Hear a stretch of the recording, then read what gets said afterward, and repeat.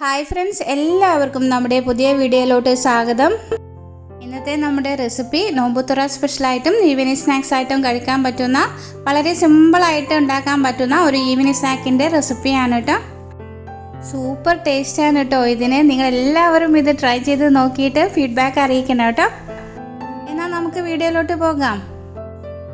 ഈ ഒരു റെസിപ്പി ഉണ്ടാക്കാൻ വേണ്ടിയിട്ട് 2 കോഴിമുട്ട പുഴുങ്ങിയെടുത്ത് വെച്ചിട്ടുണ്ട്. ഇനി ഇതിൻ്റെ മഞ്ഞക്കുരു ഒന്ന് മാറ്റി വെക്കാം. ബാക്കി വരുന്ന വെള്ള ഭാഗം ഒന്ന് ഗ്രേറ്റ് ചെയ്ത് എടുക്കാം. ഇനി ഇത് നിങ്ങൾക്ക് ബുദ്ധിമുട്ടാണെങ്കിൽ ചെറുതായിട്ട് അരിഞ്ഞെടുത്താലും മതി.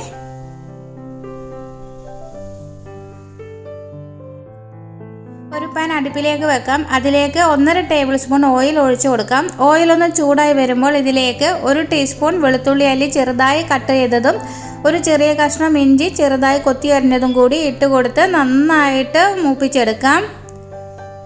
ഇനി ഇതിലേക്ക് 1 സവാള ചെറുതായി അരിഞ്ഞത് ഇട്ട് കൊടുക്കാം. ഇതും കൂടി ഒന്ന് വഴറ്റിയെടുക്കാം.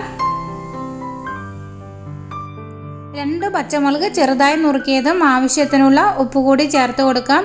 ഇപ്പോൾ ഇത് നന്നായിട്ട് വഴന്നു വന്നിട്ടുണ്ട്. ഇതിലേക്ക് ഇനി മസാലപ്പൊടികൾ ചേർത്ത് കൊടുക്കാം. 1/4 ടീസ്പൂൺ മഞ്ഞൾപ്പൊടിയും 1 ടീസ്പൂൺ കാശ്മീരി മുളക് പൊടിയും 1/2 ടീസ്പൂൺ ഗരം മസാലയും 1/4 ടീസ്പൂൺ പെരിഞ്ജീരകം പൊടിച്ചതും 1/2 ടീസ്പൂൺ കുരുമുളക് പൊടിയും കൂടി ചേർത്ത് കൊടുക്കാം. ഇനി ഇത് നന്നായിട്ടൊന്ന് പൊടികളൊക്കെ നന്നായിട്ട് മൂപ്പിച്ചെടുക്കാം. ഫ്ലെയിം ഒന്ന് ഓഫ് ചെയ്ത് വെക്കാം. 2 ഉരുളക്കിഴങ്ങ് പുഴുങ്ങി എടുത്തിട്ടുണ്ട്. ഇതൊരു പൊട്ടാറ്റോ മാഷോ അല്ലെങ്കിൽ കൈലോ വെച്ചിട്ട് നന്നായിട്ട് ഉടച്ചെടുക്കാം.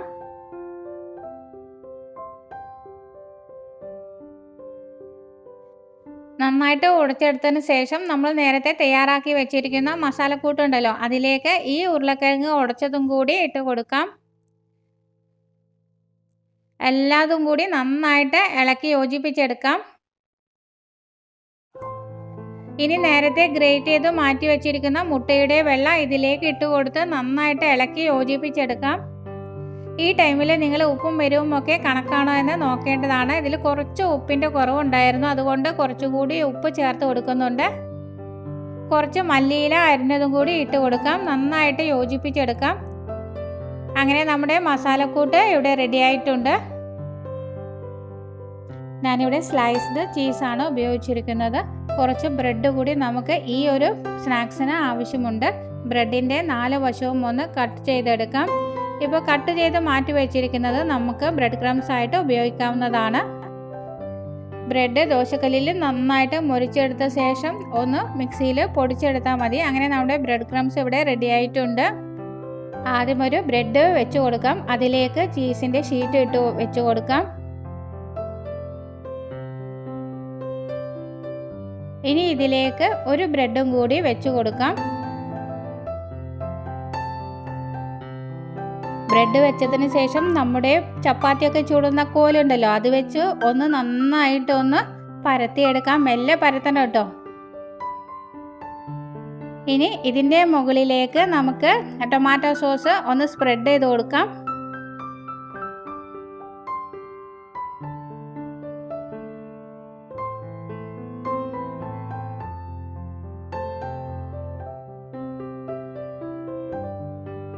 ടൊമാറ്റോ സോസ് സ്പ്രെഡ് ചെയ്തതിന് ശേഷം നമ്മൾ നേരത്തെ മാറ്റി വെച്ചിരിക്കുന്ന മസാലക്കൂട്ടുണ്ടല്ലോ, അത് നന്നായിട്ട് ഇതിൻ്റെ മുകളിലേക്ക് വെച്ച് കൊടുക്കാം.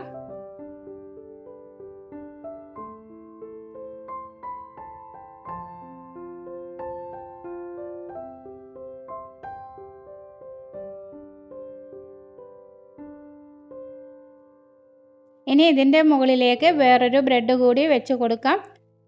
സൈഡൊക്കെ നന്നായിട്ടൊന്ന് ഫില്ലിംഗ് ഒക്കെ നന്നായിട്ടൊന്ന് ഉള്ളിലേക്ക് അമർത്തിയിട്ട് വെച്ച് കൊടുക്കാം. ഇനി ഇത് 3ആയിട്ടൊന്ന് കട്ട് ചെയ്ത് മാറ്റി വെക്കാം. ഇങ്ങനെ എല്ലാ ബ്രെഡും ഇതേമാതിരി ഫില്ലിങ് വെച്ച് കൊടുത്ത് റെഡിയാക്കി എടുക്കാം. ഇനി ഒരു ബൗളിലേക്ക് 1/4 കപ്പ് മൈദാപ്പൊടി ഇട്ട് കൊടുക്കാം. ഇതിലേക്ക് 1/2 ടീസ്പൂൺ കുരുമുളക് പൊടിയും 1/4 ടീസ്പൂൺ ഉപ്പ് കൂടി ചേർത്ത് കൊടുക്കാം. നന്നായിട്ട് മിക്സ് ചെയ്തെടുക്കാം.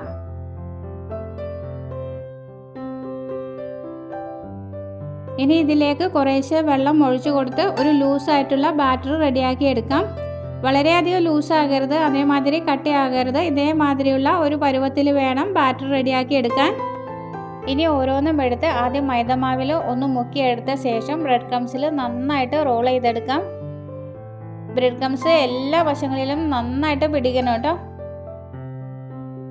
അങ്ങനെ എല്ലാതും ഇവിടെ റെഡിയായി വെച്ചിട്ടുണ്ട്. ഇനി ഇത് നമുക്കൊന്ന് പൊരിച്ചെടുക്കാം.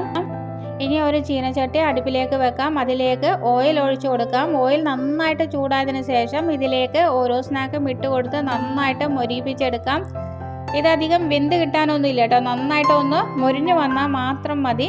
ഉള്ളിലുള്ള ചീസൊക്കെ ഒന്ന് മെൽറ്റ് ചെയ്ത് കിട്ടിയാൽ മാത്രം മതി. ഇപ്പോൾ ഇതിവിടെ റെഡിയായി വന്നിട്ടുണ്ട്. ഇനി ബാക്കിയുള്ളതും ഇതേമാതിരി തന്നെ റെഡിയാക്കി എടുക്കാം. അങ്ങനെ നമ്മുടെ ടേസ്റ്റി ആയിട്ടുള്ള ഈവനിങ് സ്നാക്ക് ഇവിടെ റെഡി ആയിട്ടുണ്ട്. ഇതെല്ലാവരും ട്രൈ ചെയ്ത് നോക്കിയിട്ട് ഫീഡ്ബാക്ക് അറിയിക്കണം കേട്ടോ. നിങ്ങൾക്ക് ഇഷ്ടപ്പെടുകയാണെങ്കിൽ ലൈക്ക് ചെയ്യാനും നിങ്ങളുടെ ഫ്രണ്ട്സിനും റിലേറ്റീവ്സിനും ഒക്കെ ഷെയർ ചെയ്ത് കൊടുക്കാനും മറക്കരുത് കേട്ടോ. വലതുവശത്ത് കാണുന്ന ബെല്ലൈക്കൺ ക്ലിക്ക് ചെയ്ത് ഓൾ എന്ന് പ്രസ് ചെയ്താൽ മാത്രമേ ഞാനിടുന്ന അടുത്ത വീഡിയോയുടെ നോട്ടിഫിക്കേഷൻ നിങ്ങൾക്ക് ലഭിക്കുകയുള്ളൂ. അടുത്ത നല്ലൊരു വീഡിയോയുമായിട്ട് വീണ്ടും കാണാം. Thank you for watching. By.